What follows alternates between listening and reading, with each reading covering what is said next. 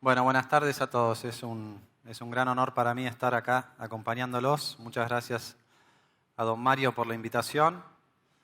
Gracias a ustedes por aguantar. Entiendo que ha sido una mañana muy intensa de presentaciones muy profundas y a mí me pidieron que los entretenga y que los deje ir pum para arriba. No sé muy bien cómo voy a hacer eso, pero por lo menos les voy a mostrar algunos cuadros para entretener el final del seminario. La idea de este tiempo que nos queda es que yo más o menos les presente el panorama y que tengamos bastante tiempo para las preguntas y para las respuestas. Creo que en general ese es el mejor esquema cuando hay un intercambio, pero sobre todo en un momento tan particular como en el actual, donde están muy abiertos los escenarios que uno puede efectivamente vislumbrar hacia adelante, y es un poco lo que les estará pasando a ustedes cuando imaginan el ejercicio del año que viene, la campaña que viene, qué es lo que va a pasar, quién va a ganar, cuáles van a ser las políticas, qué se va a implementar, qué no se va a implementar, qué se promete, qué se cumple, qué no se puede cumplir. Yo voy a hablar y voy a hacer un esfuerzo muy grande. Aclaro que yo estoy en Cambiemos, creo que todos lo saben, pero hoy vengo a hablar con el sombrero de economista, seguramente con algún sesgo, pero voy a hacer un esfuerzo para que ese sesgo sea lo menor posible. Y la hoja de ruta para los minutos que tenemos para compartir es un poco la que pongo acá, ¿no? Cómo siguen los desequilibrios. Ya hay una línea editorial ahí, pero que es parte del diagnóstico. Yo creo que no hay ningún economista en Argentina que crea, inclusive Kicillof, que la economía está en equilibrio y que el esquema es sustentable. Entonces la pregunta que hay que hacer es, habida cuenta de que es una decisión política de no modificar el esquema actual, bueno, ¿cómo continúan los resultados de esa política económica que ya va mostrando muchos desequilibrios? Y después lo que todos están pensando, ¿no? ¿A quién le toca corregirlos y cómo los corrige? O sea que esa es más o menos la línea que quiero compartir con ustedes para después gatillar las preguntas. Antes de hablar de lo de adentro, lamentablemente tenemos que hablar un poco de lo de afuera. Esto es más reciente, ustedes seguramente ya lo están contemplando.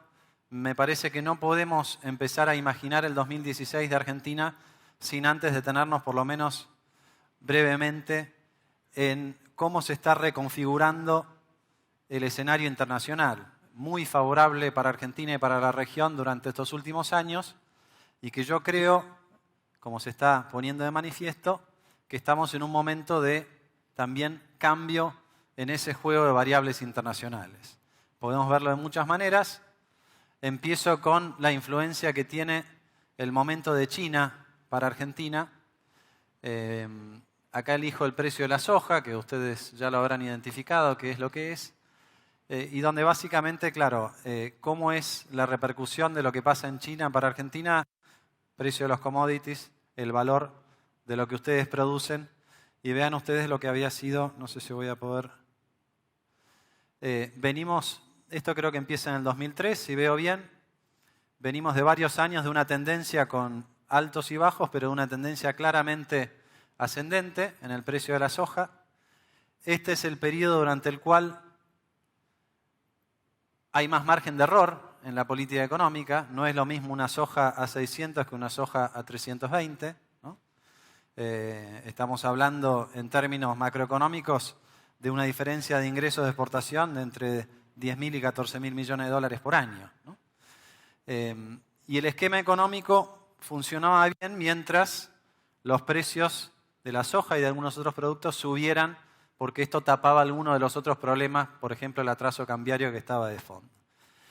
China, en tanto y en cuanto está atravesando su propio problema, hoy no tenemos novedades de China porque fue feriado tanto hoy como mañana, así que no tenemos que preocuparnos si bajan las acciones en China, pero evidentemente ellos están teniendo un problema de ajuste en su economía después de muchos años de crecimiento, y hay que pensar que hacia adelante no vamos a tener la explosión de China de tasas de 9-10% por año que tuvimos en los últimos 10 años. Podemos hablar también de la situación en Estados Unidos. La buena noticia de Estados Unidos es que es una de las economías desarrolladas que realmente se está recuperando, no es lo que pasa en Europa, no es lo que pasa en Japón. La mala noticia es que Estados Unidos tiene una tarea pendiente, que es la de normalizar su política económica y muy particularmente su política monetaria, ¿no? Vean ustedes este cuadro, lo que muestra es que llevamos muchísimos años de la situación absolutamente anormal de tasas de interés igual a cero.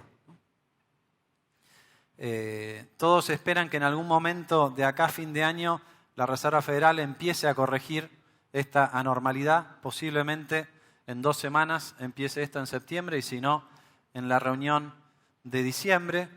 Si ustedes ven los mercados de futuros, lo que están marcando básicamente es que de acá hasta el 2019 hay una suba moderada en la tasa de interés. No están esperando los registros de los años 2003, 2004, donde llegó arriba de 5%, pero por supuesto que esto es una situación financiera muy diferente para lo que podemos llamar mercados emergentes, que tasa de interés igual a cero.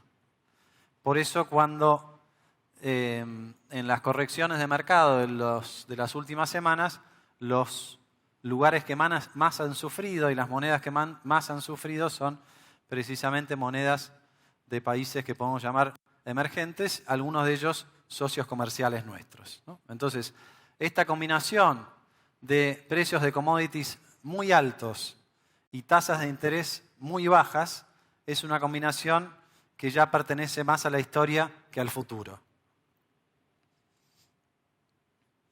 La otra cuestión es la de Brasil. Brasil pasa a ser un factor de riesgo para Argentina como no lo era quizás durante la última década. Estamos mostrando ahí en ese gráfico niveles de crecimiento de Brasil desde el 2013 en adelante.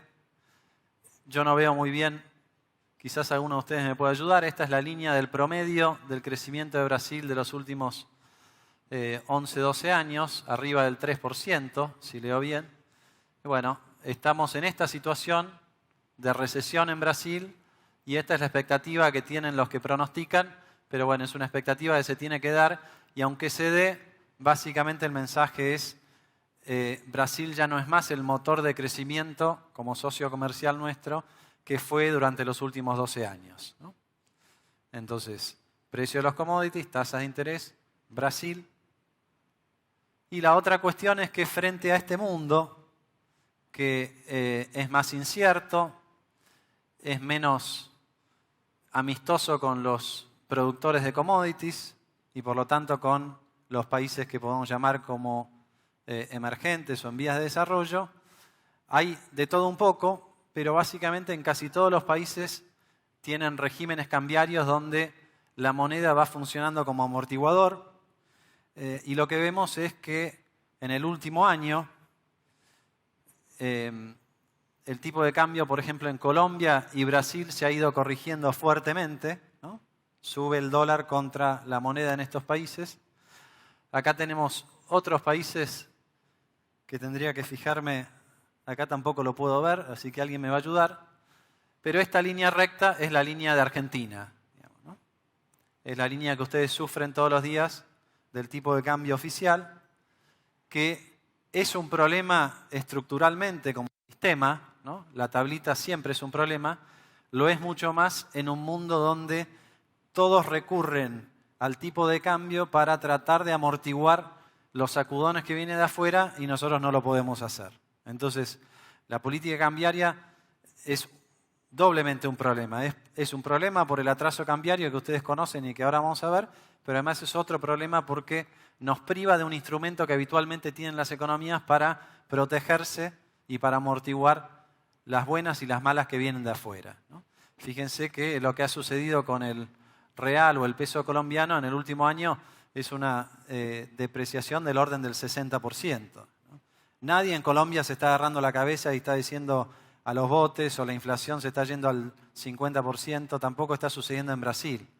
Son economías que están suficientemente ordenadas como para tener un tipo de cambio flexible y ese tipo de cambio flexible les ayuda a no perder tanta competitividad en momentos en que el mundo empieza a cambiar sus variables. Entonces, Primera reflexión, este es un capítulo que cuando me invitaron para venir a conversar con ustedes yo no lo tenía pensado, pero creo que es un capítulo demasiado importante como para dejar de lado, ¿no?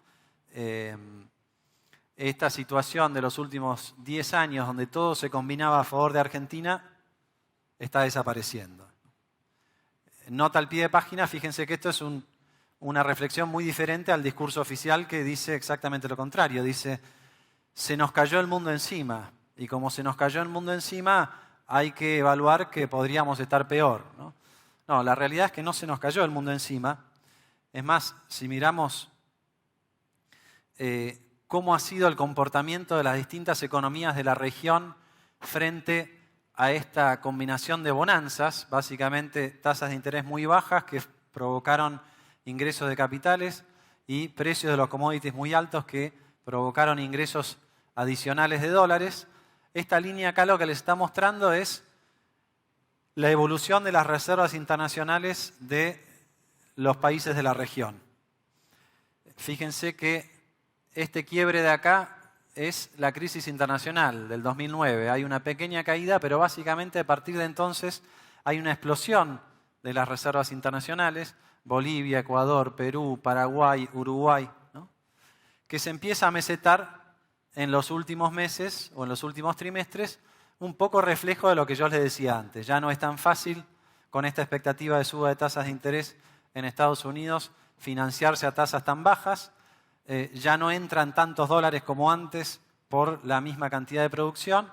Entonces vemos que en la región esta cuestión se está mesetando, pero con un nivel de reservas bastante interesante. Las reservas ahí se las muestro tomando el periodo 2003-2005 como base 1, vale decir que en los últimos 10 años la región multiplicó por 5 sus reservas, si leo bien ese número, con algunos casos espectaculares como Bolivia, por ejemplo. La Bolivia de Evo Morales logró multiplicar por 18 veces sus reservas en los últimos 10 años. Imagínense por un segundo que nuestro esquema económico hubiera tenido resultados parecidos al esquema económico de Evo Morales. No estoy pidiendo Alemania, no estoy pidiendo Estados Unidos. Quiero parecerme a Evo Morales, ¿no? Por un segundo piensen eso. ¿Saben cuántas reservas tendría ahora el Banco Central de Argentina? Alrededor de 250.000 millones de dólares. Y verdaderos, nada de yuanes, nada de esta cuestión. No estaríamos teniendo las discusiones que tenemos hoy. O sea, ustedes no estarían esperando que llegue el momento de las preguntas para preguntarme cómo se sale del cepo cambiario, por ejemplo. Todas estas cosas que nos suceden además a contramano de la región. En esa línea verde yo dejé afuera 2 países, ex profeso. Uno de ellos es Venezuela. El otro país es Argentina. Argentina empieza a irse a la banquina a partir del 2007-2008, con una reacción muy diferente al resto de la región frente a esa apertura internacional. Es cierto que acá también es donde empieza el mandato de Cristina Kirchner, ¿no? Si agregamos una lectura adicional, fíjense que en el caso de Argentina tengo que hacer un cálculo adicional de las reservas, porque ya las reservas que nos dicen no son necesariamente o no son tan utilizables como las que efectivamente hay. Entonces, en un momento donde toda la región hizo esto, nosotros básicamente volvimos al punto de partida. Tenemos el mismo nivel de reservas que teníamos al inicio del ciclo. Concretamente, pequeño chivo, cuando nosotros asumimos el Banco Central teníamos alrededor de 8.000 millones de dólares de reservas. Entregamos la llave a fin del 2004 con 18.500 millones de reservas. Hoy las reservas netas bien medidas del Banco Central están por debajo de ese nivel. Pasaron 11 años de bonanza y estamos en el mismo lugar, ¿no? Es un poco la condena del mito del eterno retorno y es un poco lo que se juega en las próximas elecciones. Si de vuelta vamos a estar eligiendo volver para atrás o si nos vamos a animar y vamos a tener el coraje de pedir y exigir un cambio, ¿no? Vamos entonces ahora a entrar el capítulo de Argentina.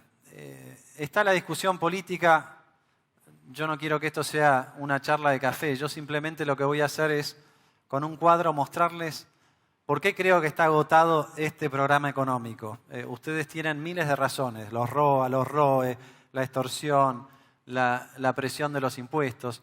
Como macroeconomista yo miro una variable, que es la variable que tenemos que mirar todos. Si hay que elegir una, posiblemente sea esta, el crecimiento económico, y hago simplemente la radiografía de los últimos años. Primer periodo, 2003-2007, la economía crece a un ritmo del 8,5% anual, 8,5% anual durante 4 años. Esas barras que me muestran, la barra de la derecha es un poco la barra que señala el combustible hacia adelante. Son la contribución al crecimiento que viene por el lado de las exportaciones, lo que vendo al exterior, y de la inversión, que es lo que me permite producir más el año siguiente. La otra barra azul es la del consumo, ¿no? ¿Cuánto del crecimiento es lo que me estoy consumiendo? La pequeña barrita de arriba, que no es tan pequeña y que después van a ver que pasa a ser muy importante, es consumo público, y la otra es consumo privado. Pero para entender, los primeros 4 años del kirchnerismo, 2003-2007, son años de fuerte crecimiento, de equilibrios macroeconómicos, que no se los muestro acá, pero ustedes lo recordarán, y de una combinación de crecimiento muy sustentable en el tiempo, porque es mucho el aporte de las inversiones y de las exportaciones al crecimiento comparado con cualquier otra economía. Vamos al segundo periodo y ya empezamos a ver señales de agotamiento, ¿no? Se sostiene el consumo ya más artificialmente con algunas políticas que ustedes conocen, pero ya empieza a flaquear mucho la inversión y sobre todo la barra verde más llena, que es la exportación, ¿no?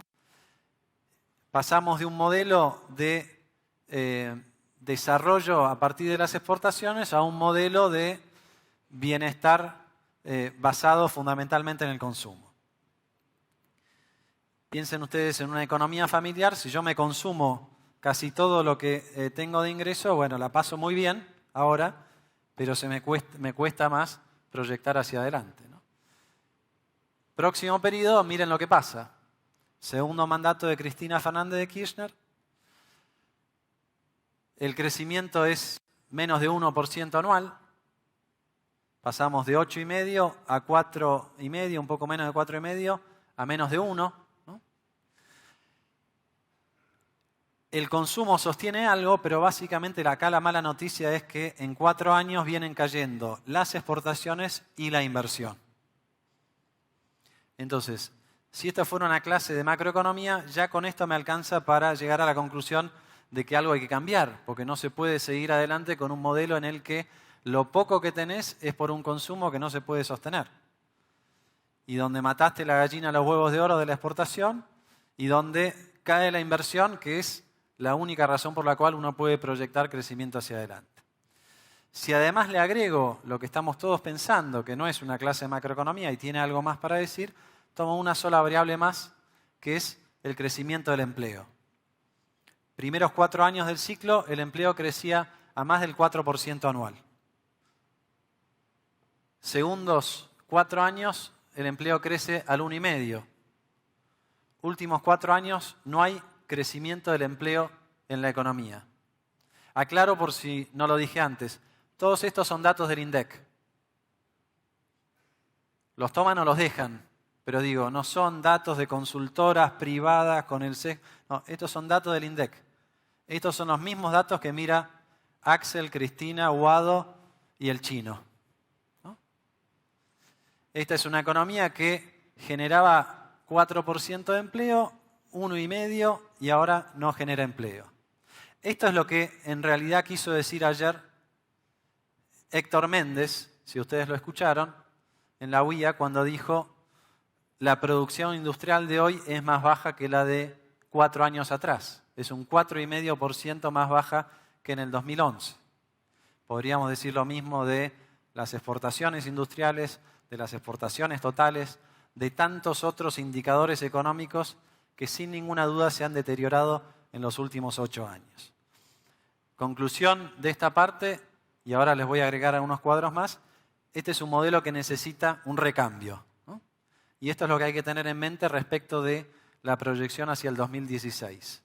Cuando pensemos si gana uno, si gana el otro, hay uno que promete continuidad, hay otro que promete cambio. El gran dilema que tiene un productor como ustedes es mirar a estos dos y decir, hay uno que me promete continuidad, pero de algo que es insostenible. Yo lo sé, posiblemente él lo sepa también. Hay otro que me promete cambio, bueno, me tendrá que convencer de que el cambio es posible y de que tiene el equipo y que tiene el armado para llevarlo adelante. Básicamente esta es la decisión de octubre y de noviembre. Yo creo que muy probablemente vamos a una segunda vuelta. Y en función de esa decisión es que se arman dos escenarios muy diferentes que yo les voy a hablar en un ratito. No sé cómo vengo de tiempo, no quiero que quede bastante tiempo para las preguntas. Pero hasta acá estamos más o menos bien, ¿o ya perdí a la mitad del auditorio? Están todos a bordo, bueno. No estoy cumpliendo con el objetivo de ponerlos pum para arriba, pero bueno, parto por lo menos del diagnóstico, ¿no? Me voy a enfocar en 3 o 4 desequilibrios que yo creo que son muchos más, pero que son centrales para identificar los problemas que tiene el próximo presidente en los primeros 100 días. Uno de ellos es el atraso cambiario. Y yo les podría mostrar un cuadro de tipo de cambio, podríamos discutir cuál es el tipo de cambio de equilibrio y demás. Preferí traerles este cuadro, si me acompañan 2 minutos de paciencia, se los voy a explicar. Este es un cuadro muy sencillo que lo que muestra es la interacción de Argentina con el resto del mundo a través de lo que los economistas llamamos el balance de pagos. El balance de pagos es como una gran hoja en la que se registran todas las operaciones de residentes argentinos con residentes del exterior. Esas operaciones pueden ser de naturaleza comercial, entonces eso va a la cuenta corriente, exportaciones, importaciones, servicios, regalías, derechos, o pueden ser de naturaleza financiera, entonces eso va a la cuenta capital. Si ustedes van a cualquier país del mundo y piden el balance de pagos, rápidamente se pueden dar una idea de qué es lo que está pasando con la política cambiaria de este país. Por ejemplo, este cuadro empieza en los 90 y la marca de agua de los 90 era, por el canal comercial, un fuerte déficit. ¿Se acuerdan ustedes del déficit de la convertibilidad? Que se cubría mientras se podía cubrir con un fuerte ingreso de capitales. Primero privatizaciones, después inversión directa, al final deuda y ya cuando nadie nos quería prestar nada, eclosión. Esta línea lo que muestra es el saldo entre estas dos cosas. Cuando ganan estas barras hay aumento de reservas y después vamos a la crisis del 2001-2002 que ustedes conocen muy bien, pero lo interesante es que al modelo de la convertibilidad lo reemplaza un modelo que es casi la imagen reflejo, fíjense ustedes. Las barras azules que apuntaban para abajo apuntan durante mucho tiempo para arriba, hasta el año 2010. Este fue el momento de tipo de cambio competitivo, de precios internacionales altos, de fuertes saldos exportables, ¿no? Con caídas ocasionales o salidas ocasionales de capital que nos llevan hasta este quiebre, que es el 2010-2011, donde se vuelven a invertir las barras azules. Y volvemos a estar en una situación donde nos parecemos más a los 90 que a la parte virtuosa del ciclo de los primeros años del kirchnerismo. Hay muchas razones detrás de eso, pero esto no sería posible si no fuera por una política cambiaria deliberadamente destinada a atrasar el tipo de cambio. Es importante ver que hoy Argentina ya tiene déficit comercial, ¿no?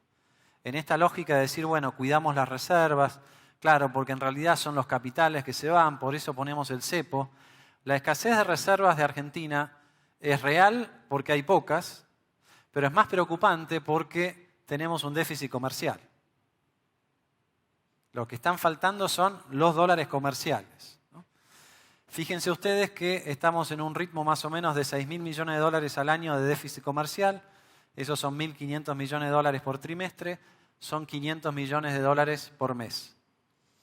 Agréguenle a eso los 700 millones de dólares por mes que se van de dólar ahorro y los pagos de deuda que hay que hacer y hagan los cálculos, digamos. O sea, hay un drenaje con esta estrategia de tratar de que no se vaya lo poco que tengo. Bueno, lo poco que tengo se me va a un ritmo de quizás 1.500 millones de dólares por mes. Entonces, todos están haciendo los números, ustedes, nosotros, el gobierno, y de hecho, lo que está tratando de hacer el gobierno es algo que se parece mucho al Plan Primavera, que algunos de ustedes lo recordarán, y lo vamos a hablar en un ratito. Esto es lo que ustedes ya saben, no quiero detenerme demasiado, pero les hablo de política cambiaria, un atraso notable que hay que corregir. Yo diría que más que déficit fiscal hay un descalabro fiscal, y ese descalabro fiscal tiene un correlato en las variables monetarias, entre otras cosas por el mal arreglo institucional. El Banco Central se presume que es independiente, en la práctica no lo es, y volvemos un poco a esta cuestión casi histórica, genética de Argentina, que cada tanto nos pasa esto de que llegamos a un punto donde no tenemos cómo financiar el déficit, nadie nos presta, el único que nos presta es el Banco Central y por lo tanto terminamos financiándolo temporariamente hasta que haya un problema a través del peor de los impuestos, que es el impuesto inflacionario. ¿Qué muestra este cuadro? No les voy a mostrar todas las líneas, pero se parece un poco a la dinámica que yo les mostraba en el sector externo. Quiero que se concentren en el área roja, no más. El área roja es la cantidad de pesos que emite el Banco Central como consecuencia de su interacción con el Tesoro. Es la contracara del superávit o del déficit fiscal. Mientras el área hasta el 2009, 2010 estaba en terreno negativo, esto significaba que el Tesoro le llevaba pesos al Banco Central y el Banco Central retiraba esos pesos de circulación porque había superávit fiscal. Esto se invierte a partir del 2008, 2009 y lleva ya a niveles muy preocupantes en los últimos años. Lo que me dice esta barra es que los pesos que le pide el Tesoro al Banco Central en estos momentos equivalen al 45% de los pesos que están en circulación. O sea que para que el Tesoro cierre sus números habida cuenta de su déficit fiscal, impone de arranque un ritmo de expansión monetaria del 45%. Después el Banco Central puede absorber vía títulos y demás, pero básicamente lo milagroso sería que con esta presión fiscal sobre el Banco Central tuviéramos una inflación menor al 20%, ¿no? El esquema cierra con una alta tasa de inflación que a su vez retroalimenta los problemas, porque esa tasa de inflación genera más atraso cambiario, genera menos ingreso de divisas, genera mayor escasez de dólares y la cosa se va profundizando. Este es básicamente el esquema donde estamos, con un agregado final que es, a pesar de los primeros años de crecimiento, a pesar de la notable presión tributaria, a pesar de los precios de los commodities y de la situación internacional que hasta hace poco fue muy favorable, Argentina no utilizó esos recursos en el marco de este modelo para atacar el problema que todos creemos que es el problema central, que es el problema social y es la cantidad de argentinos que viven debajo de la línea de la pobreza, que no tienen lo suficiente como para llegar dignamente a fin de mes. Ustedes saben que en esta el gobierno no se anima más a dibujar el número, directamente dejó de publicarlo, ¿no? La línea oficial es esta del INDEC, que se dejó de publicar acá. Estas son medidas alternativas de institutos privados con la misma metodología del INDEC, que me dicen que hoy, dependiendo del instituto, estamos entre 20 y 35% de compatriotas cuyos ingresos no son suficientes como para cubrir una canasta básica total, ¿no? Digo, esto también hay que tenerlo en cuenta al momento de evaluar los futuros programas económicos, porque es un punto de partida que no se puede soslayar, ¿no? Cualquier decisión de política económica que yo quiera hacer para resolver los problemas anteriores, bueno, tiene que estar sujeta y atada a esta cuestión que para nosotros y para toda la dirigencia política debiera ser central de cómo hacemos para que en el próximo ciclo los recursos lleguen efectivamente a donde tienen que llegar y que no sea meramente un relato en el que todos nos congratulamos, que tenemos planes sociales y que hemos hecho una política de inclusión, cuando en la práctica el resultado no se ve. Entonces, situación internacional no tan favorable, situación local insostenible y 2 tiempos para analizar la situación. De acá a las elecciones y después de las elecciones dependiendo de quién gane.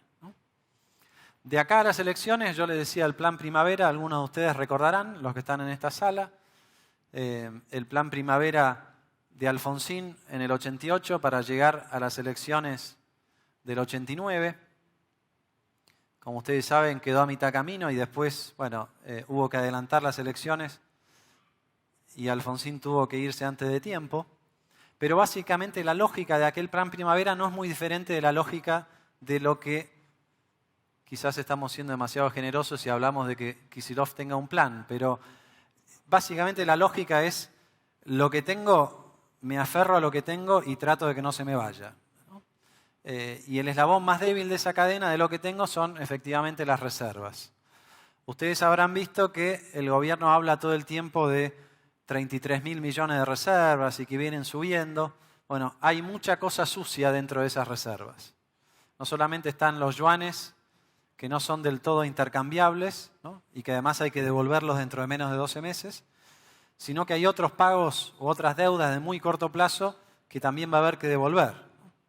Entonces, cuando neteamos esas variables, podemos discutir toda la vida cuánto hay que netear o no, pero básicamente si empezamos a sacar esos agregados a las reservas que no son reservas, sino que son préstamos de corto plazo, lo que vemos es que la tendencia es prácticamente inconmovible desde el cepo en adelante, ¿no?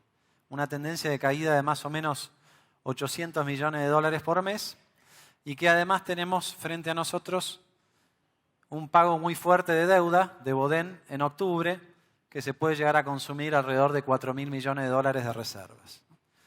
Si nosotros miramos este cuadro y nos concentramos en esta línea, decimos que bueno, Argentina puede terminar hacia fines de octubre, fines de noviembre, con un nivel de reservas netas, las que valen, de menos de 4.000 millones de dólares. Ya son bajas ahora, estos 14.000 millones, o si quieren le damos un poco de changüí, decimos 20.000 millones. 20.000 millones son menos de 3 meses de importaciones. Hay pocas veces en la historia de Argentina que tuvimos un nivel más bajo de reservas frente al nivel de importaciones. Brasil, para comparar con un país que no le está yendo tan bien, tiene alrededor de 13 meses de importaciones en reservas. Entonces, primera pregunta es, bueno, ¿cómo llega esta variable a las elecciones? Bueno, muy probablemente llegue con lo justo, ¿no? Y por eso es que ya estamos viendo algunos comportamientos en el mercado alternativo de dólar, que es el dólar paralelo o el dólar blue, ¿no?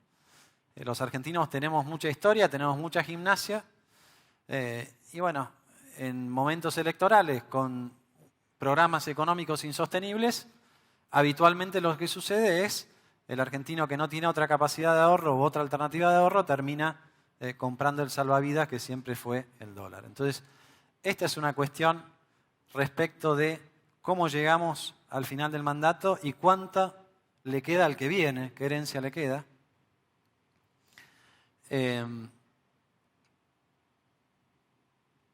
Dos reflexiones muy obvias. Esto tiene más que ver con el debate político de estos momentos, ¿no? Que, por ejemplo, el otro día el presidente del Banco Central, Vanoli, dijo no hay ninguna posibilidad de devaluación, ¿no?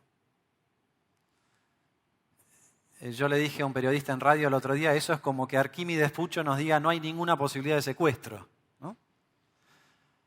Porque realmente devalúan todos los días, porque miren lo que ha sido efectivamente la devaluación desde el 2006 en adelante, no solamente la del oficial, sino de múltiples tipos de cambio. Básicamente la reflexión es, la devaluación ya ocurrió. La referencia ni siquiera para ustedes, cuando tienen que comprar insumos, es mucho más contado con liquidación y hasta incluso el blue que el oficial, ¿no?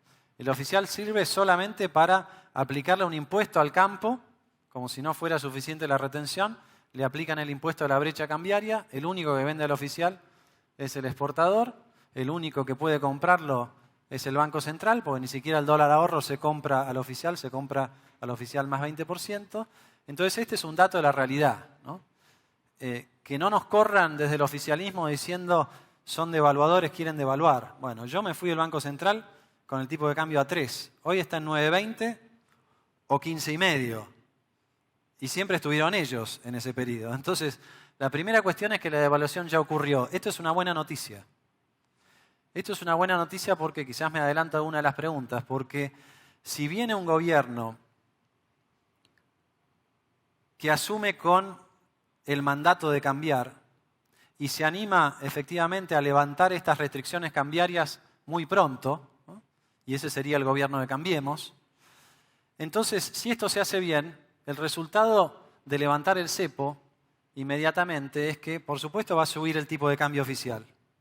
Pero la noticia no va a ser tanto esa, sino que bajan todos los otros tipos de cambio.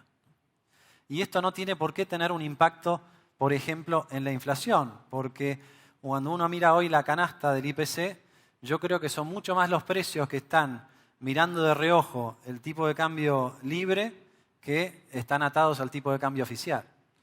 ¿Qué quiero decir con esto? Se puede salir del cepo sin generar inflación, promoviendo la recuperación del sector agropecuario y ganando muchos puntos en credibilidad para un gobierno que recién empieza.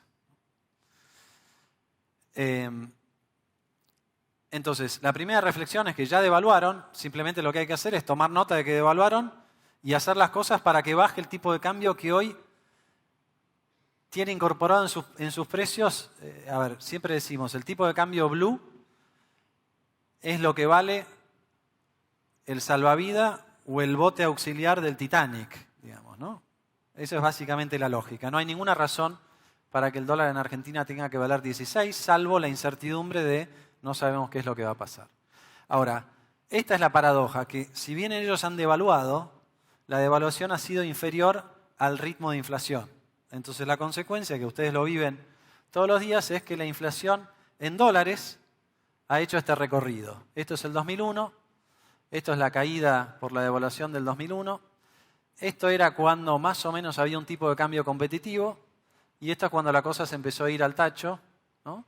Y la inflación le gana a la devaluación. Hay una estrategia deliberada del gobierno de atrasar el tipo de cambio para que no se note que hay inflación. Este es el ensayo del 2014, que duró poco, y fíjense lo que es la inflación en dólares que ha tenido Argentina, si ustedes quieren, del 2001 en adelante. Si veo bien ahí es un 60%, desde el 2013 en adelante es un 100%.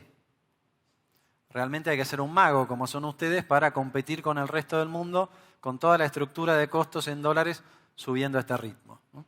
Por supuesto que si lo midiéramos al valor del contado con liqui, bueno, no es tan preocupante como este nivel.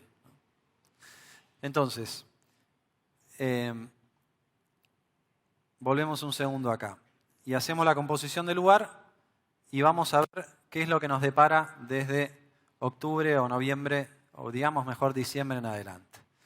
El sistema económico tiene problemas serios por un desborde fiscal, por un atraso cambiario que conocemos muy bien los argentinos y porque la única fuente de financiamiento es el Banco Central.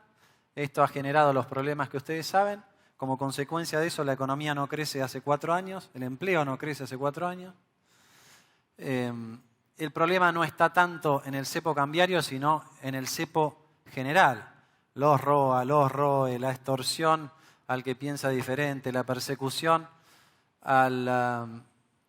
a todos, básicamente. La bronca en contra del que genera las divisas, que en este caso son ustedes, ¿no? Y entonces lo que vamos es a poner en valor lo que tenemos por delante.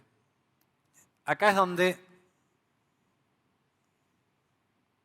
les hubiera gustado que yo venga con una idea de que está todo bien, ¿no? Más allá de los desajustes está todo bien, pero me parece que no nos tenemos que mentir. El próximo gobierno va a recibir una herencia muy compleja. ¿Es más compleja que en otros episodios del tiempo? Que algunos sí, que otros no. Yo no creo, por ejemplo, como dijo Cavallo, que estamos peor que en el 2001. Sí creo que hay cuestiones que va a haber que atender. Y esas cuestiones, algunas las dijimos ya: déficit fiscal, reservas netas mínimas, ¿Qué significa esto? No sé si alcanzo a leer bien eso, pero lo que significa es lo que ya les dije antes, que es imposible la continuidad.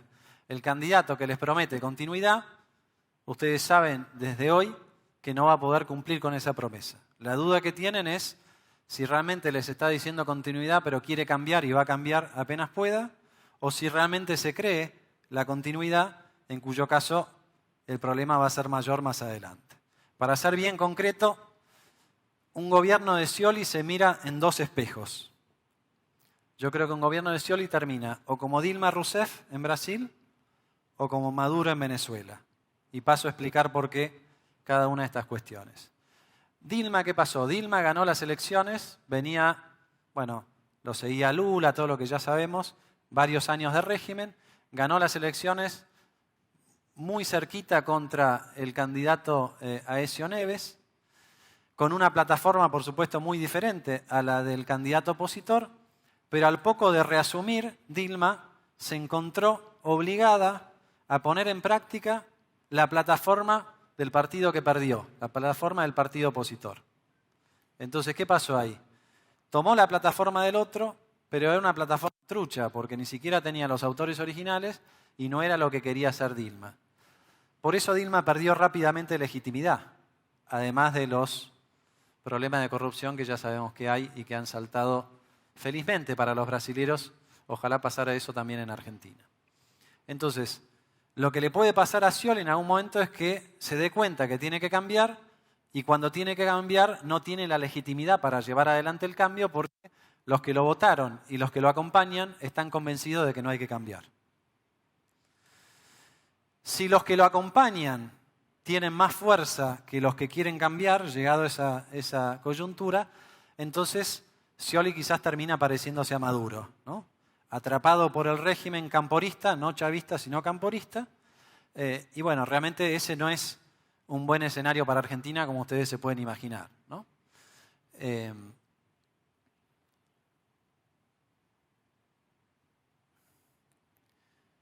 Otra de las cuestiones, otra de las herencias que quedan es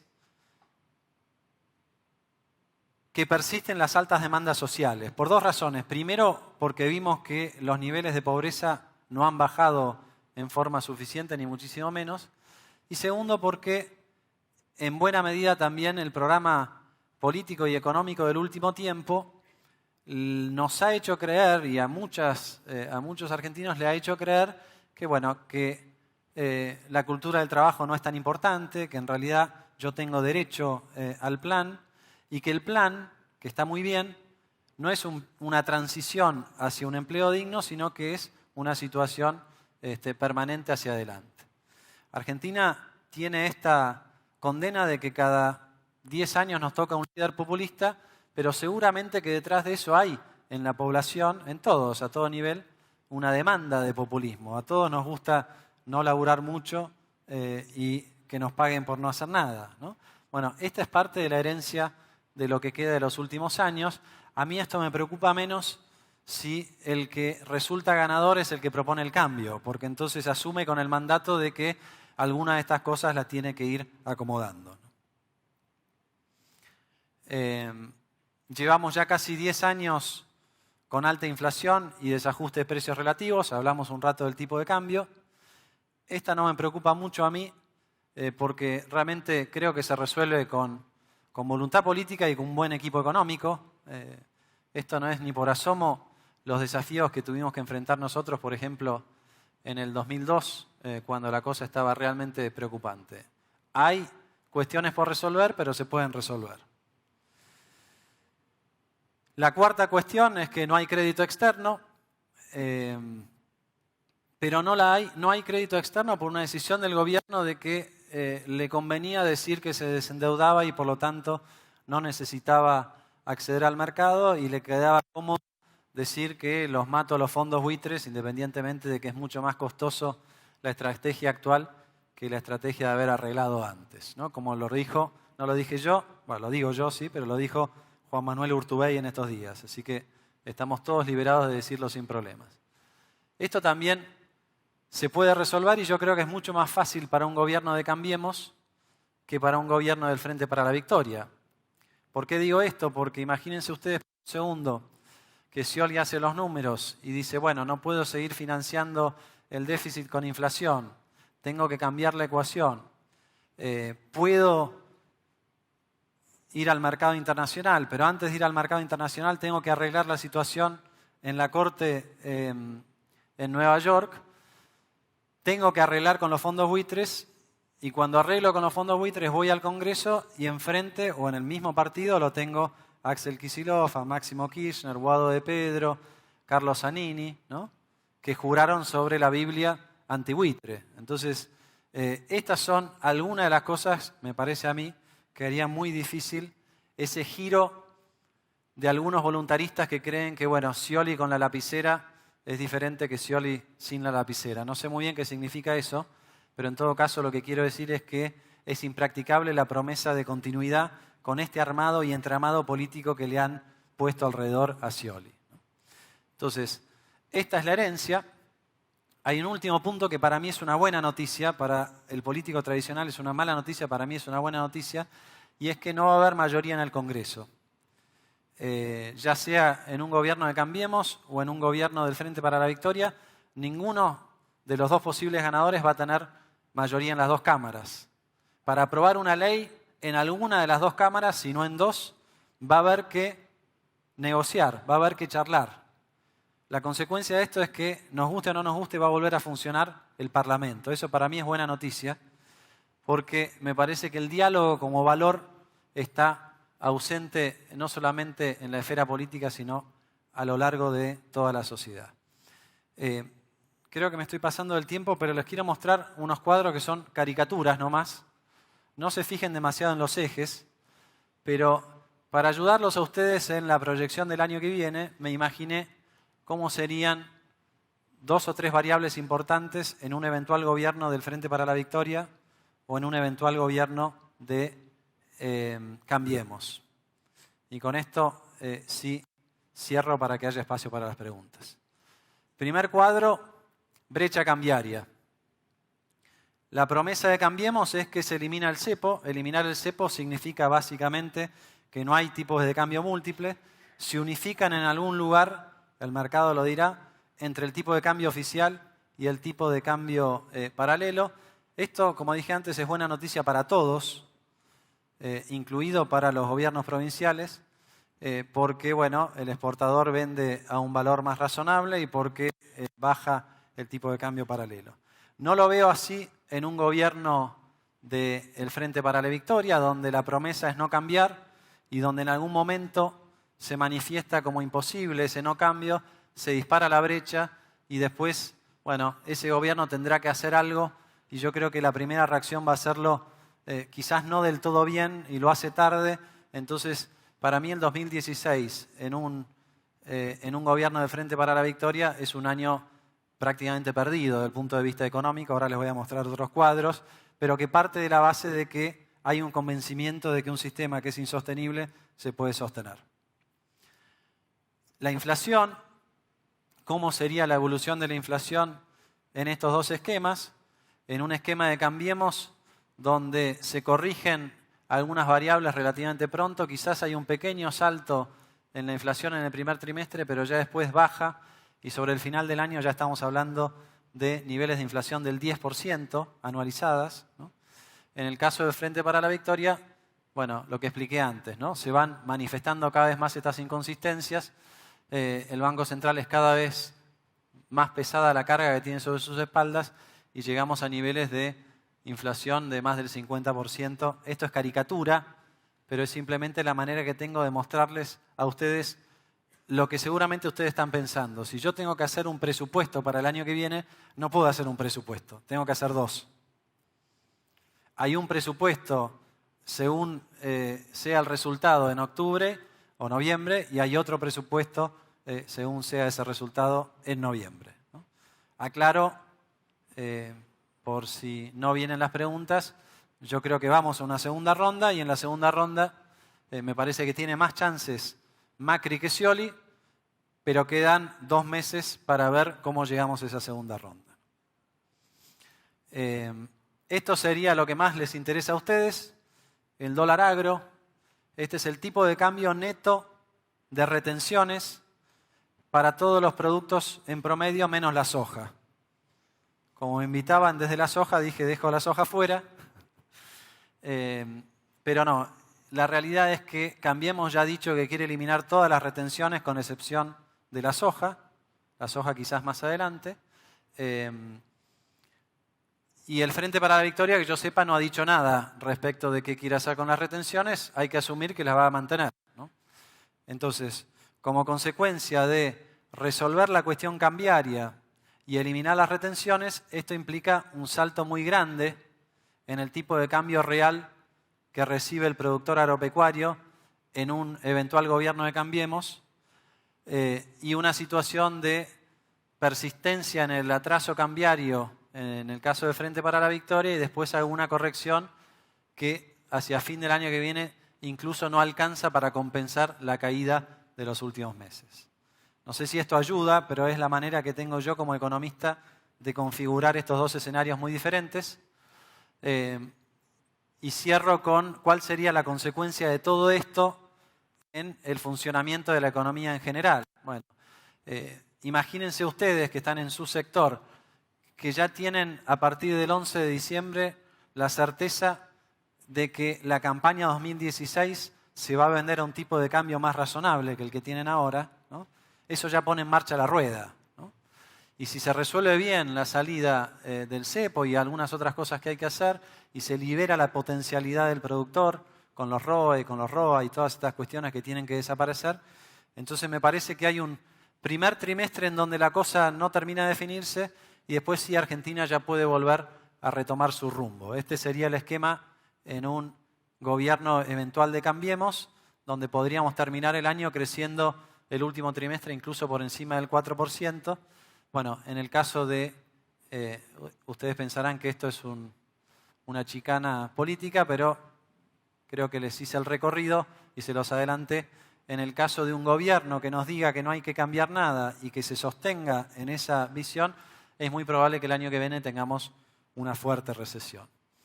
Breve reflexión para antes de las preguntas hacia adelante. Paro en el 2016. Yo creo que el año 2016 es un año de bisagra porque le guste o no le guste al que gane, tarde o temprano se va a tener que hacer cargo de los desequilibrios que nos dejó el gobierno anterior. Entonces, creo que se abre a partir del 2017 la posibilidad de un gobierno que hizo las cosas bien antes y por lo tanto Argentina vuelve a crecer, o un gobierno que empieza a enfrentar dificultades. ¿Qué quiero decir con esto? Me parece que a medida que nos vamos quedando arrinconando, tarde o temprano va a tener que venir un cambio de estrategia económica, y en ese cambio de estrategia económica creo que Argentina solamente puede ganar. Tenemos la potencialidad, tenemos los recursos naturales, los recursos laborales, tenemos todo. Fallamos un poco con las instituciones, pero lo que yo digo es, esta pesadilla de los últimos años, donde bueno, parecía que se quedaban sin nafta y nunca se quedaban, bueno, ahora se quedaron sin nafta. Ahora ya no hay más magia y este es el momento de la verdad. Yo dije, hay una chance de que terminemos como Maduro, ¿sí? Esa chance es en el caso de que gane el Frente para la Victoria y se imponga la cámpora, ¿no? Para mí esa chance es baja. En todos los otros escenarios, 2016 termina siendo un año de bisagra y Argentina quizás puede empezar a imaginarse cómo es volver a tener una economía normal, una economía productiva y una economía donde a ustedes no los estén persiguiendo porque hacen lo que tienen que hacer, que es romperse el lomo laburando, produciendo riquezas y produciendo divisas. Yo creo que es un mundo donde son muy pocos los ejemplos en los que esto no funciona así. Argentina y Venezuela son los pocos que quedan. Y bueno, eso tarde o temprano se va a terminar y se tiene que cortar. Por supuesto que no es solamente una responsabilidad de la dirigencia política, también es una responsabilidad de la dirigencia privada, empresarial y sindical y de toda la sociedad. Yo creo que si entendemos esto como sociedad, y me parece que lo que está sucediendo en Tucumán es una muestra de esperanza de que algunas cosas la sociedad no está ya más dispuesta a tolerar. Entonces sí, me parece que Argentina finalmente va a volver a tener la posibilidad de parecerse a Argentina y no de parecerse a Venezuela. Yo soy muy optimista en el mediano plazo, pero sí creo que el año que viene tiene algunas aristas que si la taba cae del mal lado puede ser un año muy complicado y hubiera sido deshonesto de mi parte no plantearlo de esta manera frente a ustedes, con la aclaración de que yo quiero que gane Cambiemos, de que voy a hacer lo posible para que gane Cambiemos, de que estoy dispuesto a ser parte de un gobierno de Cambiemos, así que todo lo que dije hoy lo aclaro a través de ese tamiz, pero estoy absolutamente convencido de que no hay desarrollo posible si desde el gobierno lo que se hace es perseguir al productor, y eso es efectivamente lo que vienen sufriendo ustedes desde el 2008, y yo creo que eso es lo que va a cambiar pronto con un gobierno de Cambiemos y por el peso de la realidad más adelante, quizás en forma desordenada, con cualquier otro gobierno. Les agradezco la atención. ¿Tenemos tiempo para preguntas? Creo que se proyectan incluso las preguntas, ¿no? Bueno, para esta charla vamos a cambiar un poquito la manera de hacer preguntas. La vamos a hacer ordenada. Levanten la mano, por favor, le vamos a acercar un micrófono y tenemos un espacio de 10 minutos, así terminamos horario y cada uno puede regresar temprano a casa.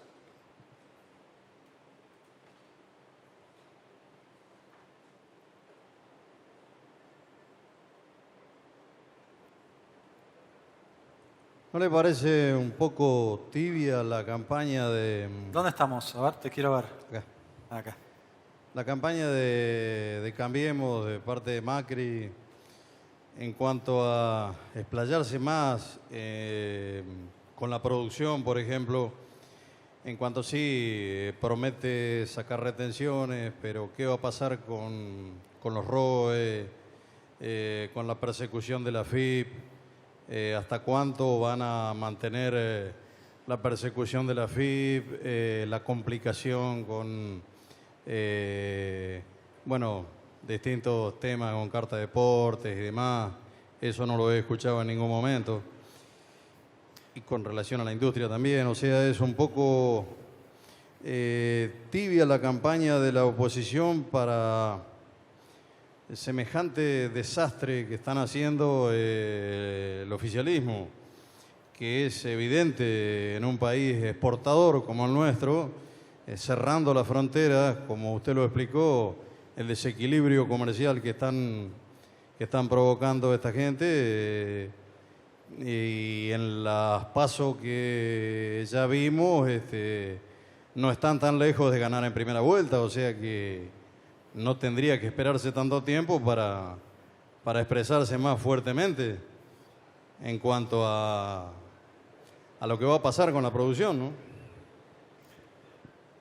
Bueno, tomo nota, digamos, no lo tomo más como un consejo que como una pregunta. Quizás está faltando un poco de volumen, pero me parece que todos los partidos que formamos parte de la Alianza Cambiemos hemos sido muy vocales en esta cuestión desde el momento. A ver, yo vengo de la coalición cívica. Yo recuerdo la campaña del 2007 con Lilita Carrió, en la que uno de nuestros ejes principales eran dejen en paz al campo, ¿no? Desde entonces venimos desde el Congreso proponiendo proyectos de ley para eliminar los ROE, para eliminar las retenciones. Me parece que no hay ninguna incoherencia en lo que hemos defendido durante todo este tiempo. Lo mismo podemos decir de la Unión Cívica Radical y también del PRO.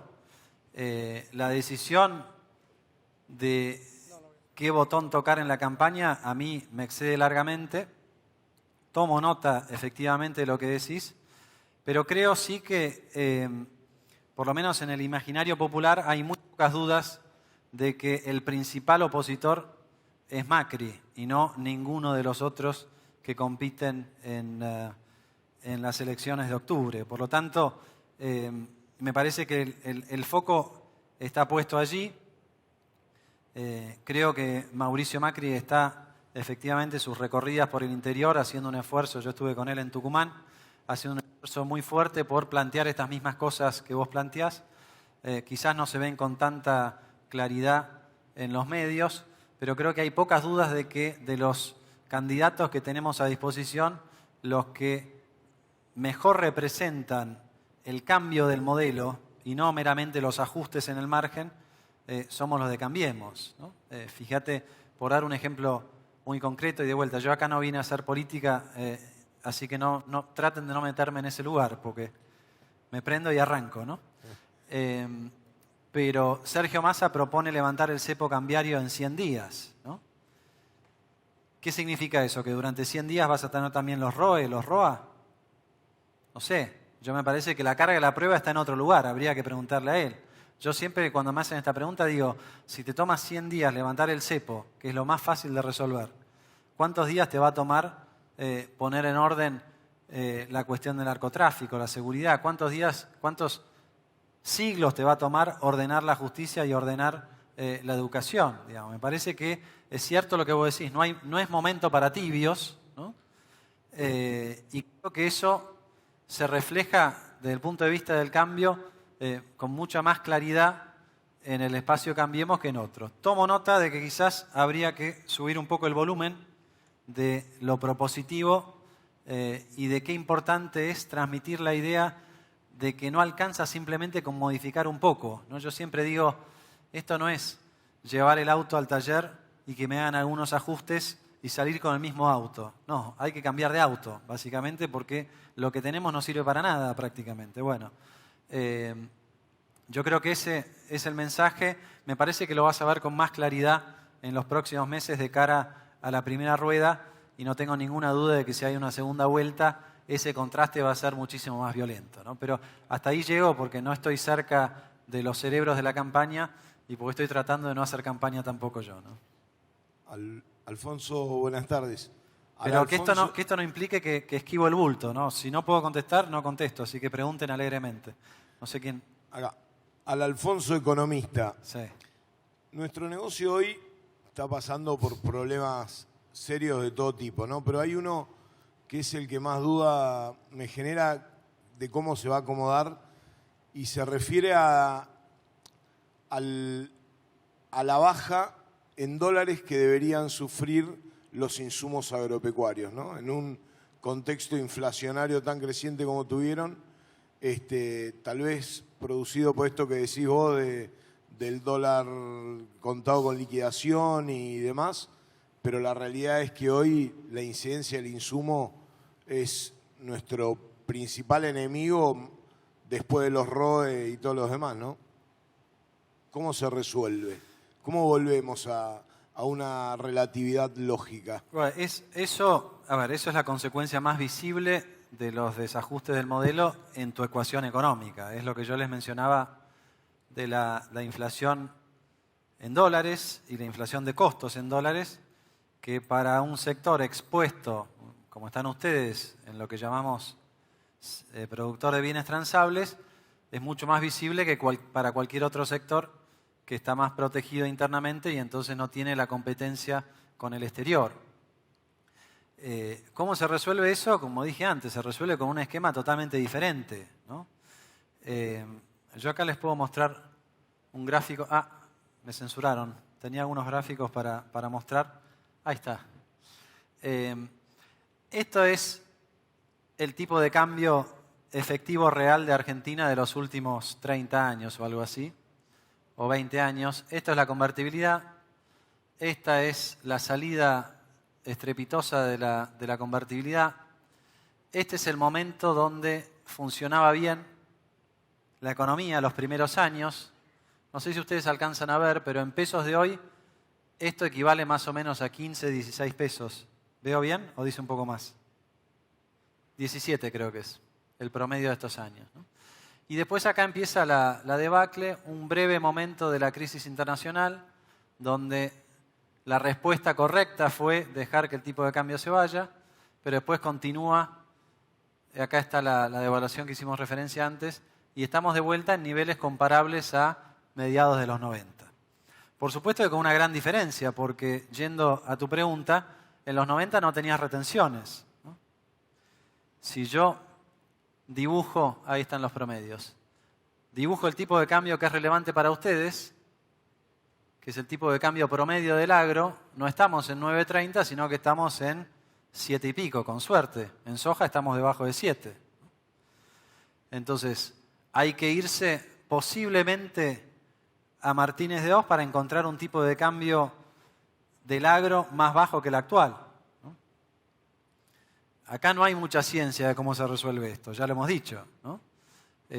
La ventaja que tenemos es que, a diferencia del 2001, en el 2001 existía un solo tipo de cambio. Entonces la única manera de darle competitividad al campo era jorobando al resto de la economía que tomaba dólares. Hoy no tenemos ese problema. Por eso no hay que detenerse ni por un segundo cuando dicen, quieren devaluar. No, hoy tenemos tipos de cambio múltiple y la pregunta que hay que hacerse es, entre este y este, ¿dónde vamos a quedar? Tan sencillo como ese. Este tiene un elemento no cambiario que son las retenciones. Cuanto más agresivo sea yo en las retenciones, más sube esto y menos tiene que acomodarse el tipo de cambio en sí, ¿no? Entonces, yendo a tu pregunta, esta es la primera parte de la solución. Vamos a un esquema donde liberamos todas las arbitrariedades que hay, el tipo de cambio se acomoda en algún lugar de entre estos dos, yo creo que más cerca de este que de este, pero en algún lugar de esos dos, si se hace bien, con confianza, no hay retenciones, mejora notablemente la ecuación económica del campo, les mostré, podría ser hasta 60% en términos reales, pones en marcha la rueda y una vez que pusiste en marcha la rueda, viene la segunda etapa que es una política económica que sea creíble en ir bajando gradualmente la inflación. Yo les mostraba en esa caricatura que si hacemos las cosas bien, hacia fin del año que viene, ya podemos estar con niveles de inflación anual en el último trimestre del 10%, ¿no? Una vez que se ganó la batalla con la inflación, el tipo de cambio ya nos olvidamos, que el tipo de cambio sea lo que tiene que ser. Y yo creo que el único que se anima a decir eso es la propuesta política que cree de veras en la potencialidad de la producción, ¿no? Porque acá el problema no es que tenemos pocas reservas, el problema es que nos quedamos sin la facultad de generar las reservas que generábamos cuando la cosa andaba bien y cuando no perseguíamos al productor, ¿no? Entonces, la primera etapa es esta, la segunda etapa es ir moderando la inflación. Por supuesto que a mitad camino hay que tener una buena discusión de paritarias en marzo del año que viene para que esas paritarias se ajusten al nuevo esquema, ¿no? Con metas de inflación decrecientes. Y una vez que resolviste esto, yo creo que ya la cuestión cambiaria y el tipo de cambio en sí va a pasar a ser un mal recuerdo, ¿no? Con lo cual, los insumos, hasta quizás, sí, por supuesto van a tener un componente cambiario, pero los insumos los vas a estar valuando más al ritmo del negocio que al ritmo de la expectativa de lo que va a pasar con el dólar blue, ¿no? Esa sería la respuesta y eso es efectivamente lo que sucedía acá, ¿no?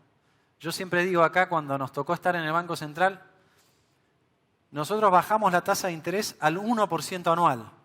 1% anual. Y así todos nos seguían lloviendo dólares. O sea, la gente se desprendía de los dólares. ¿Por qué era eso? Porque confiaba en el peso. Y confiaba en el peso no porque había una tasa de interés que lo hacía muy atractivo, porque había un esquema económico que cerraba. Superávit fiscal, superávit comercial. En ese momento todavía no teníamos al Kirchner de Santa Cruz, sino la oveja con...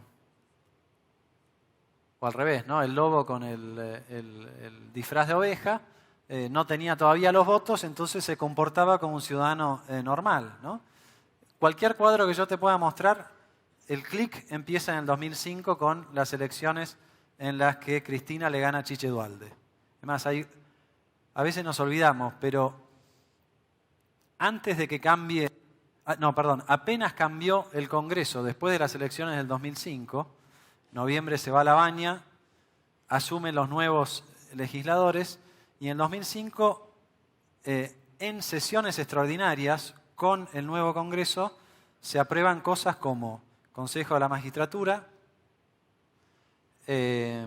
superpoderes, y hay una más que me estoy olvidando, que son las tres patas sobre las cuales el kirchnerismo fue montando su razón de ser o fue refundando lo que había hecho en Santa Cruz. No sé por qué terminé en este capítulo político, pero básicamente lo que vos estás preguntando es precios relativos que están desarbitrados, que te pegan en tu ecuación económica. Lo que yo te respondo es una vez que resolvamos esto, no hay desarbitrajes. Tu ecuación económica, si no cierra, es porque vos tenés un problema y no porque el gobierno decidió que vos tuvieras un problema. Alfonso, acá atrás. Allá. Una pregunta.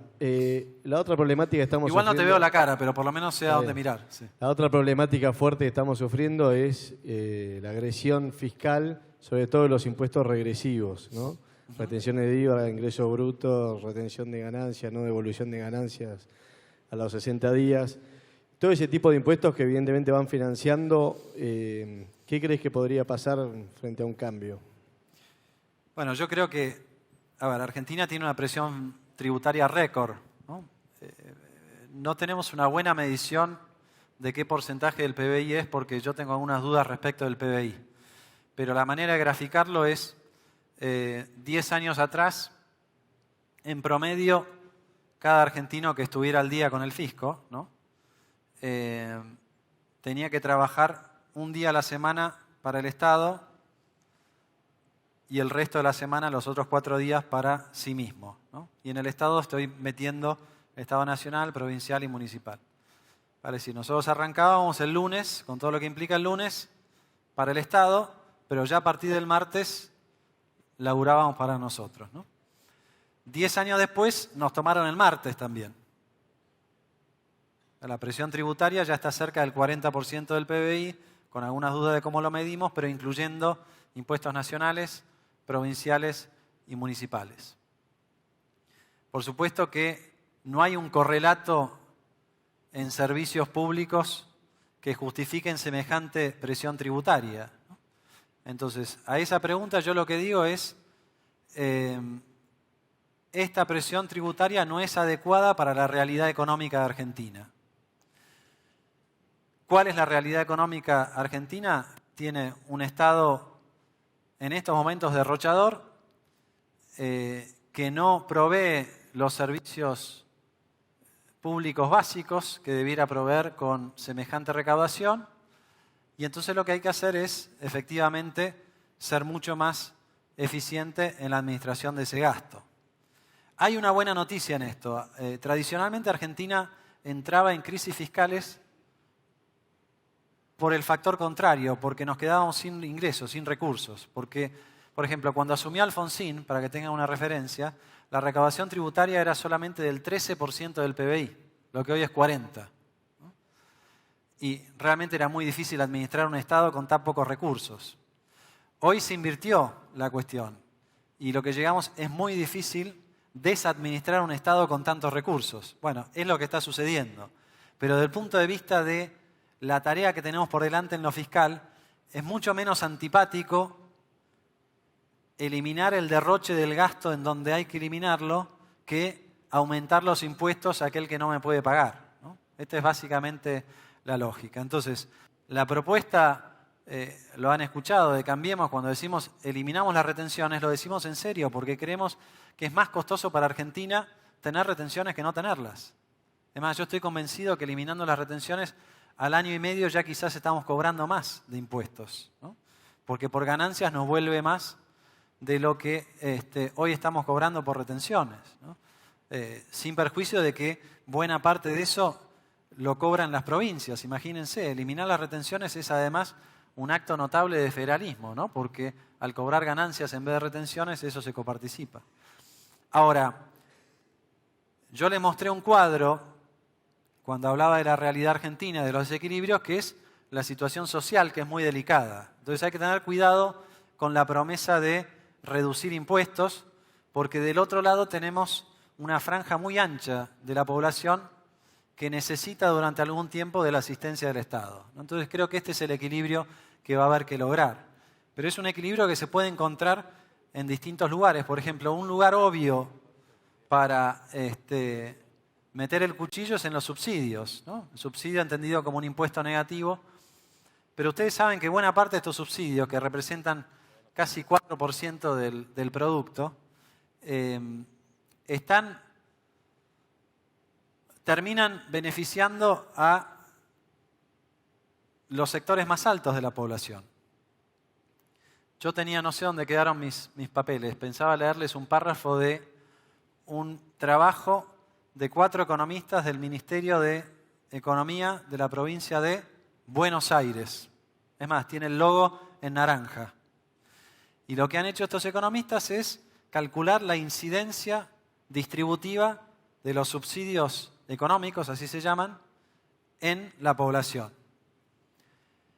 Y lo que descubren estos economistas es lo que ya todos sabemos, que el 50% del gasto en subsidios termina en el bolsillo del 30% más rico de la población.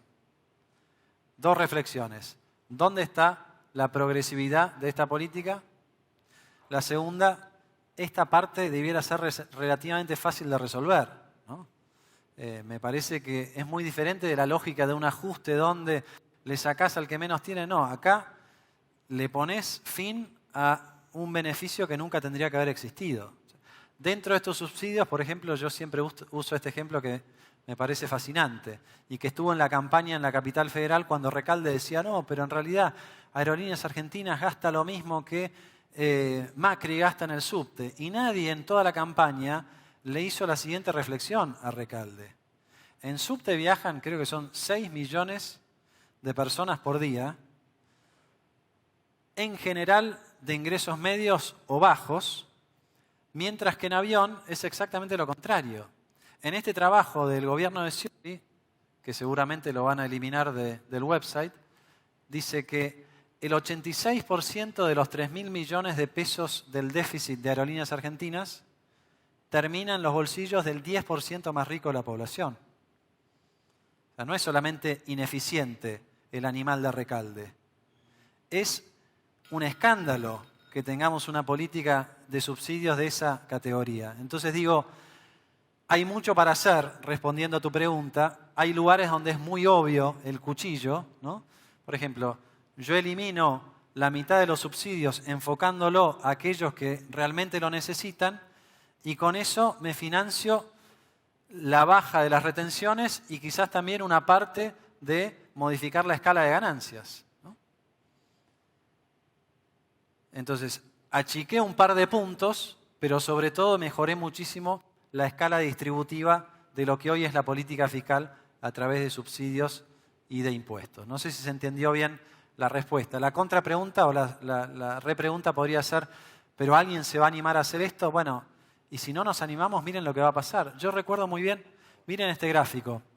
Creo que este gráfico empieza, no veo nada realmente, 2006 dice ahí, ¿alguien me ayuda? 2007.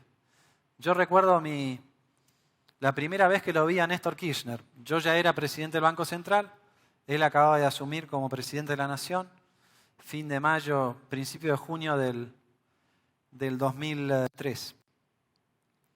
Y yo fui con la loca idea, hablamos de varios temas, pero le sugerí al presidente, le dije, mire, contra todos los pronósticos realmente hemos logrado controlar la inflación. Llevábamos 2 meses y estamos en camino al 3er mes de caída del valor de la canasta básica, ¿no? Y este no era un INDEC trucho, era el INDEC que medía bien las cosas. Como habíamos resuelto la cuestión cambiaria y el tipo de cambio bajó y los precios de los alimentos que estaban con otro valor del tipo de cambio se acomodaron, tuvimos 3 meses seguidos de caída del IPC bien medido. Y en la charla así con Kirchner yo le sugerí, mire, quizás, tomando nota de esta situación, quizás sea un buen momento para empezar a corregir algunos precios que inexorablemente va a haber que corregir.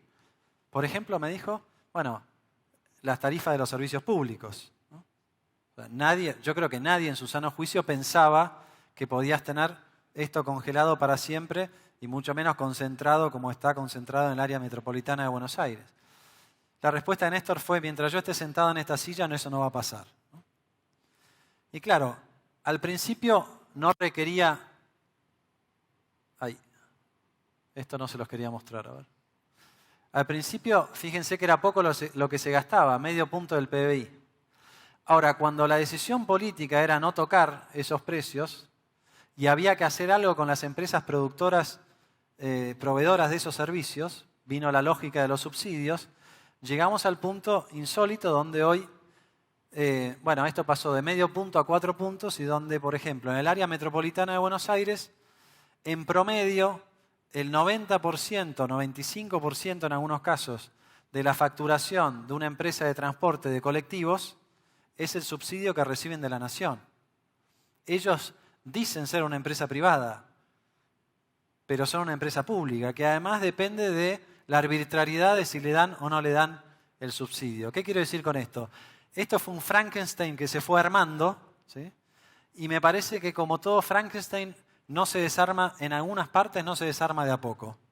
Se desarma con la voluntad y el coraje político de ir adelante con alguna de estas cuestiones. Ir adelante con estas cuestiones es bajarle el impuesto a la producción, bajarle el subsidio a los que más tienen, tener una escala más progresiva en ganancias, coparticipar algunos impuestos que hoy no se coparticipan. Como consecuencia de esa coparticipación le podemos trasladar a las provincias el empuje, por ejemplo, por lo menos el empujoncito de que quizás las provincias quieren empezar a remontar el barrilete de ingresos brutos y de algunos otros tributos que tuvieron que subir porque no recibían lo suficiente de la nación. Y yo creo que en ese esquema podemos ir a un círculo virtuoso en el cual el incentivo a la producción más que compensa la caída de algunos de estos tributos. Esta sería mi respuesta y esta sería mi propuesta. Creo que había una pregunta por allá, no sé si... Pero nos van a censurar, ¿eh? ¿Me gritás? Ahí está. Bueno, la última, vamos a hacer una pregunta más. Sé que hay mucho interés, pero queremos terminar en los tiempos pautados. Así que bueno, hacemos una pregunta más y concluimos.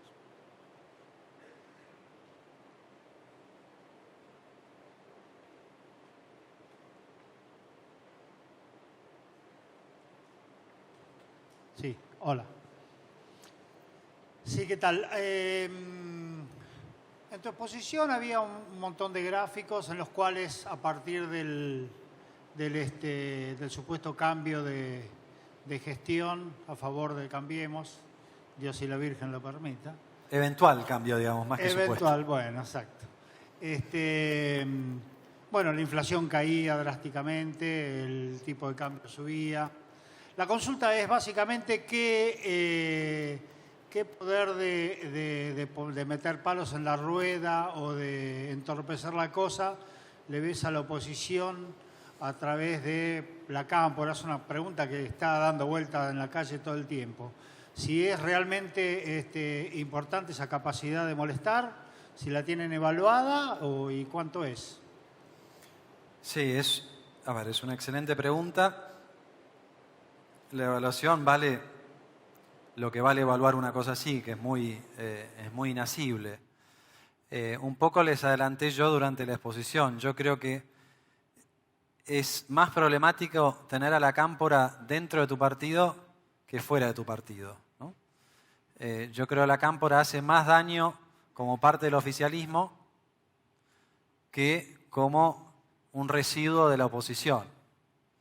Y digo esto porque además ahí tendríamos que empezar a evaluar, y quizás no es el ánimo de tu pregunta y tampoco sea el momento para hacerlo, pero lo dejo picando, en un eventual gobierno de Cambiemos, ¿qué pasa con el peronismo, ¿no?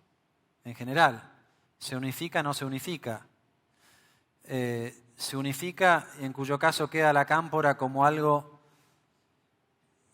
externo al peronismo o no? Yo lo que creo es que en un gobierno de Cambiemos siempre va a haber una oposición muy fuerte en aquellos, digamos, en la bancada de la cámpora, para usar tu ejemplo. Pero creo que Cambiemos tiene un lago más grande en el cual puede pescar posibilidad de acuerdo político con otras fuerzas. Y estoy pensando el socialismo, estoy pensando Margarita Stolbizer, por supuesto estoy pensando también el Frente Renovador, en el caso de que gane Cambiemos, seguramente va a haber algún tipo de guiño de cara a la segunda ronda. Entonces me parece que la manera de imaginarse un gobierno de Cambiemos es el mandato para que haya un cambio que incluye bastante más que el 50%. Esta sería mi manera de verlo. Por supuesto que enfrente va a estar, ojo, hay una diferencia. Enfrente no va a estar solo la Cámpora, va a estar Cristina. Si gana Scioli, esto de Cristina no estoy tan seguro. Sí la Cámpora, pero quizás no tan visiblemente Cristina. En un gobierno de Cambiemos, lo que va a haber enfrente es Cristina. Y ahí también tendríamos que especular, ¿no? Todos tenemos la imagen del helicóptero de la Rúa, pero al momento de facturar los problemas de la convertibilidad, todos nos acordamos de Menem, ¿no? Y para cuando la convertibilidad estalló en 1000 pedazos, Menem se había ido hace 2 años. ¿Qué quiero decir con esto? Ojo, porque nos acordamos quiénes fueron los que dejaron el campo minado. Y esto creo que es un problema también que va a tener Cristina si ella quiere unificar la oposición a un gobierno de Macri, ¿no? Pero me estoy yendo un poco por las ramas. A tu pregunta de la Cámpora, yo creo que la Cámpora hace mucho más daño con un gobierno de Scioli que con un gobierno de Macri.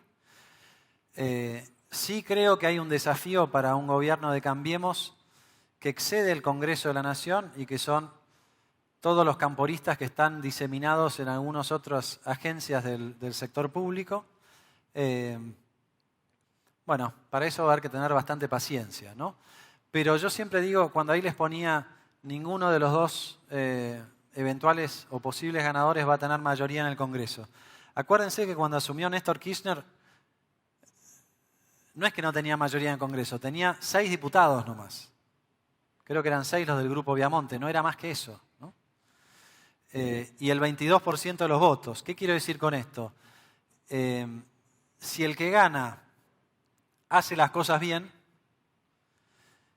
gana credibilidad rápidamente y la sociedad ve que eso empieza a funcionar, bueno, rápidamente los acuerdos necesarios en el Congreso se van a ir dando y van a ser mucho más fáciles que de otra manera, ¿no? Y ahí es donde yo digo, no veo a Scioli haciendo los movimientos que tiene que hacer porque es casi contra natura a su alianza política. No sé si se entendió. Más de mediano plazo, ¿cuál es mi pronóstico? La Cámpora desaparece cuando no tengan los cargos. Esta es la realidad. Entonces, va a desaparecer más rápido en el Poder Ejecutivo porque van a ir quedándose al costado del camino. Bueno, habrá que aguantarse a los que tienen una banca durante 4 años, pero aún así me parece que es un precio bajo para pagar frente a lo que tenemos por delante, ¿no? Creo que ahí ya hay que terminar. Muchas gracias por la paciencia.